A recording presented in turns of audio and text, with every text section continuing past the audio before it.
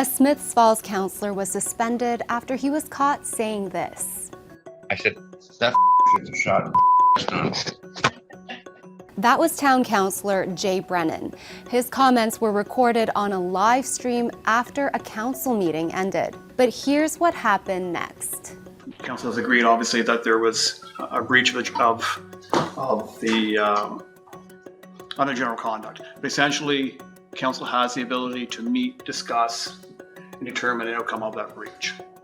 And so we have done so. The outcome, Councillor Brennan, who made the vulgar remarks, got suspended for 45 days with pay from council and committees. It's still unclear who he was talking about.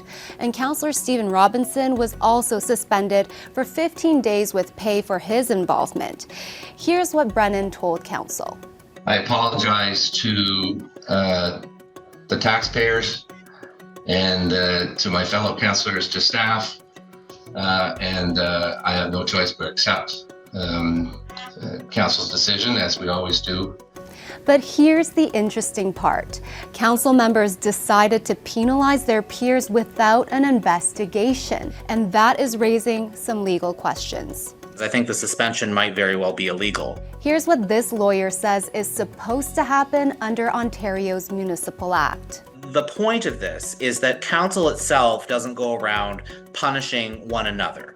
It is up to the integrity commissioner, who is meant to be independent, to independently investigate those allegations and then to present their finding, and then council can decide if it wants to act on those. I reached out to the Smiths Falls integrity commissioner. He did not want to comment. Instead, I spoke to this integrity commissioner, who oversees more than 75 other municipalities. Now that is so unusual. I find that a little extraordinary. Can the council actually do that?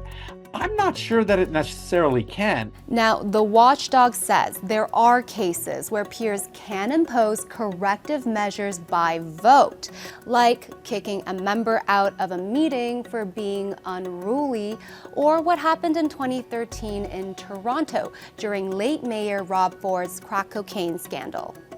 Council decided we don't have time to go through a long investigation. So let's move quickly, and let's try to repair the situation. So council, I think over a 2-day council meeting, decided to strip Rob Ford of all of his non-statutory authorities. But penalties are different.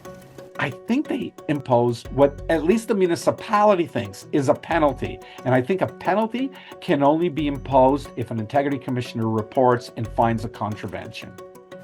In an email, Smiths Falls Chief Administrative Officer stood by council's decision on the suspensions. He said the Integrity Commissioner investigation was not a wise use of taxpayer money and believes the sanctions were within council's authority based on its lawyer's advice.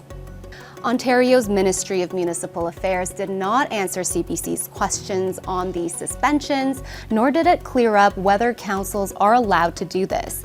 But this lawyer hopes it doesn't become the norm. You could imagine all the political shenanigans and misconduct that would take place if councils, by majority rule, could suspend their members, people who are independently elected to represent a portion of the community. Priscilla Hwang, CBC News, Ottawa.